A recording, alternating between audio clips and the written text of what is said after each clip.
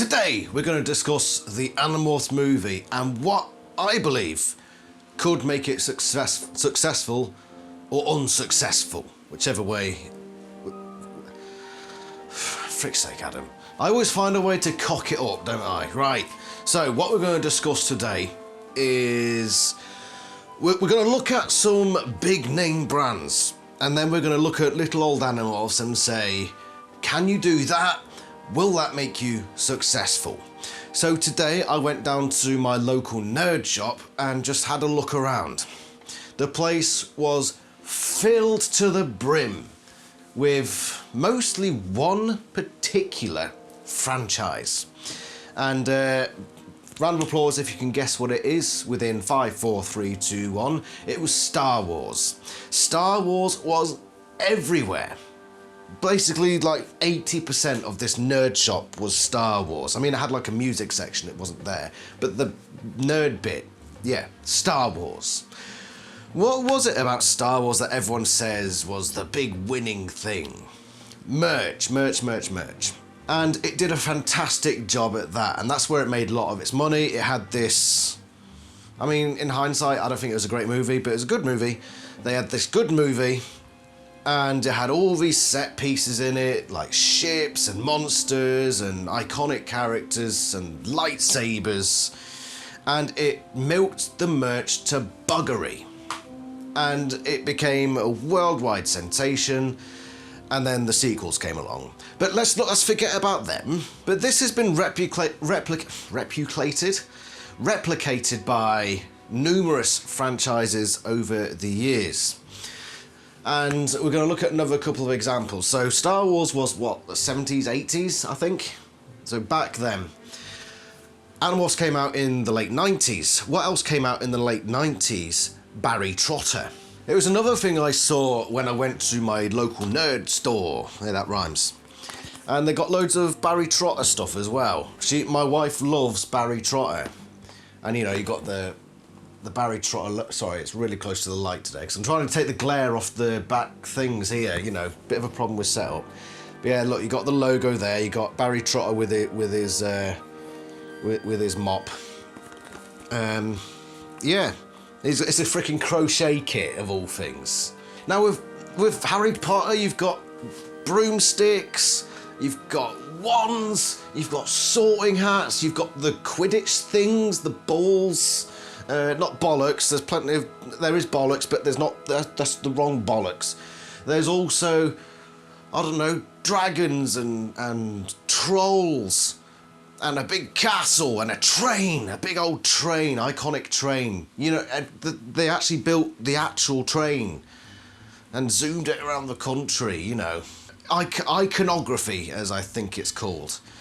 You know, there's items you look at and say, that's a Harry Potter item. Oh look, a wand, Barry Trotter. Let's look at a more modern franchise. Five Nights at Freddy's. Probably it's a bit of an online sensation. It has been since 2014. Started out as just one guy's random indie horror game. Now look at it, it's freaking everywhere. It's a huge sensation. And what have they done? Branding, merch, iconography. They do backpacks, they do freaking plush toys, they do build your own sets. They probably do Lego as well, I imagine. I wouldn't be surprised. And just like Star Wars and Harry Potter before it, Five Nights at Freddy's, Scott Cawthon, has milked the merch to buggery. And you can't go down your local nerd shop without seeing some. To be fair, I didn't see them in my local nerd shop, but that's because it's my local nerd shop. It's very small, and the people who run it are about 70 years old, so they probably haven't heard of Five Nights at Freddy's. But if I went into the main city centre nerd shops, I know for certain Five Nights at Freddy's will be there. There'll be merch for Five Nights at Freddy's there. You won't be able to get away from it. What are you saying, Adam? That Animorphs just needs to produce merch? But we've tried that before. You're talking bollocks, mate. Well, I usually do. But on this occasion, I'm speaking total sense, and you'll see why. You don't start at merch. Where does merch come from? What have I been saying all this time? Star Wars, you got ships, you got monsters, you got lightsabers. Harry Potter, you got Quidditch. You've got wands and shit. You've got, I don't know, a dragon somewhere. Five Nights at Freddy's, the animatronics, they're the merch themselves. Big scary animatronics with those eyes, very distinctive look about them. And all the gadgets and gizmos that come with that. Let's look at Animorphs. Let's look at the TV show. So we've put that to one side now. We've got these big, three successful franchises that slam the merch. They've got a good product and they merch it to buggery. Let's put that to the side now and use that for context. Let's look at Animorphs. The Animorphs books were filled with stuff that could be considered iconography. At least I think that's what the word means. And that is, well, that's the problem. This is the problem now. If I was doing a Star Wars channel, I'd say Star Wars had excellent icons, like this lightsaber here, or this Millennium Falcon. Don't at me. Medi bollocks, I know you're going to catch me on that one. You've got one of those 80-80 things. Look, and I've got a life-size model of it. Oh, if I'm doing a Harry Potter channel, well, take a look at this. I've got the Quidditch ball thing. Or I've got a magic wand that looks really realistic and it even lights up at the end. Or, what else is in Harry Potter? I've got a sorting hat, okay? So that's what I'd do. I'd pull it off the shelf and say, look, this is it. This is the iconography. I'll put on any given thing. And the houses, the sorting houses things in Harry Potter, just those badges. If you look around and you see it, you think, that's Barry Trotter, that is. And I'd put on a robe with the logo on it and say, look, this is Harry Potter now. You know what I'm talking about. And I can reach to a shelf and put it on or grab it and you'd be like, that's the one. Now let's be the Animorphs channel again. Oh, you know Animorphs? Yeah, I'll show you what's on Animorphs. I mean, this is about as good as it got, really.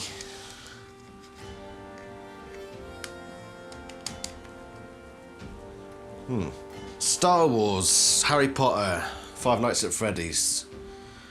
They had content like Animorphs does, like in the books, right? You've got ships, you've got the morphing technology, you've got loads of aliens, you have gadgets, gizmos, like Dracon beams. You can make like a proper Dracon beam. And if it were as successful as those other three bands, you could say, Animorphs, look, got Dracon beam, or a blue band with a Visa 3 logo on it, or something like that, even though there wasn't a Visa 3 logo. But you see what I mean. But instead, what am I picking up? It's a bit naff, isn't it? I mean, this is about as good as it got. And as much as it's large, it doesn't actually look like the thing it's meant to look like. Not really.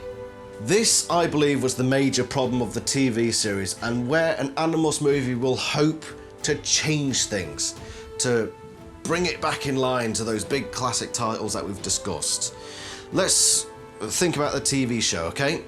So we had this Nickelodeon TV show based on a book that's filled with spaceships and aliens and gadgets and, yeah, like weapons and all that sort of stuff. All the stuff that you associate with big franchises like the three that I've given you for context.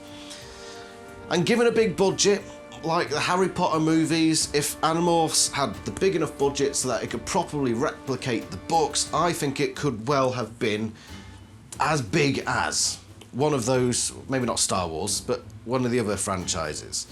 It could have been. But there was one big problem. You took the franchise and you put it into a low budget show. The best you got really was a shadow. You did get ships, but they were low quality and fleeting. So you'd maybe see, I think in the whole show, you probably had about 10 seconds of ships on screen in any decent quality. And there was no iconic design to it. The frickin' Dracon beams, what were they? They just like attached a small bit of plastic to a torch. That's impressing nobody.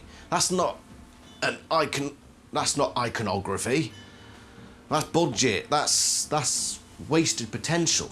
You never got stuff like this from Animorphs. The best you got was like fast food Happy Meal items, or the Transformers models, which, let's face it, didn't sell very well. And is it surprising? Why couldn't we have crochet kits for Andalites?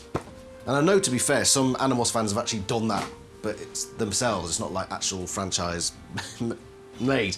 Animorphs needs to look cool. It has to have the ships and the aliens and the weapons, which, quite frankly, the TV show failed at. And that's where I believe the TV show mainly failed, because for a large part, the characterization, the characters were still there, except for Rachel and Cassie, who just blended into one token female character. Yeah, the character was there in the Animorphs TV show. It had the character, but what it didn't have was the big stuff that really pulls people in. You know, you pull people in and then you give them the character. When it comes to a franchise like Animorphs, I think when you're operating in this particular genre, that's what you need. Which is why I think Star Wars was so successful, because people went in and they saw the big monsters and freaking Jabba the Hutt. Although he was in the 6th one, wasn't he? The 3rd one, technically. No. Which one is technically correct? You had the Enterprise. And I've just realised that the gag I did earlier about the Millennium Falcon, I think the Millennium Falcon actually is Star Wars, but I thought it was the one from Star Trek. In which case it's a reverse gag now, in which case I've had your trousers right down there, haven't I, Medi Bollocks? I tricked you by tricking myself. Fuck. I mean, this stuff here, David Mattingly released those posters and I framed them myself. He just sold them as the thing. That there was made on Etsy. That was a commission piece by an artist. That's another David Mattingly. There's got Transformer toys up there, and I made that one. It's just it's supposed to be the cube. It's just, yeah. That goes there. But that's it. Like, most of the stuff in here is made by the fan base, because we never really got any proper merchandise. But to reiterate what I said at the start of the video, it's not about the merch. The merch is a consequence. What merch could they have made from the TV series? They could have made that. The problem is, Mr. Go made that, and I can get that for $5 off frickin' Amazon. A blue box. That's the only item in the Animorphs TV series that really looked like it was meant to look like. And frickin' Joe Bob down the road can make that. You don't even need to get a branded one. So kids didn't buy, when the TV series came out, they didn't buy the Transformers models because they're so freakishly ugly, and they don't really, and the idea is there, but it doesn't work in practice. What they needed to make was ships. At least, like, ships that weren't fast food plastic rubbish. Needed to do what Star Wars did and get, like, these big models of, like, that's the Yerk pool ship and that's the dome ship, and you can build it out of matchsticks or whatever. Animorphs never got that because the TV series didn't display those things enough for kids to say, that's Animorphs.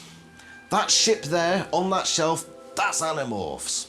These big frickin', these boxes, these Harry Potter boxes, it's a genius marketing move, and I think most franchises do it, but as soon as you see the box, just the colours of the box, you don't need to read anything, you don't need to see what the contents of it are, but just the colour layout, you instantly, bang, that's a Harry Potter.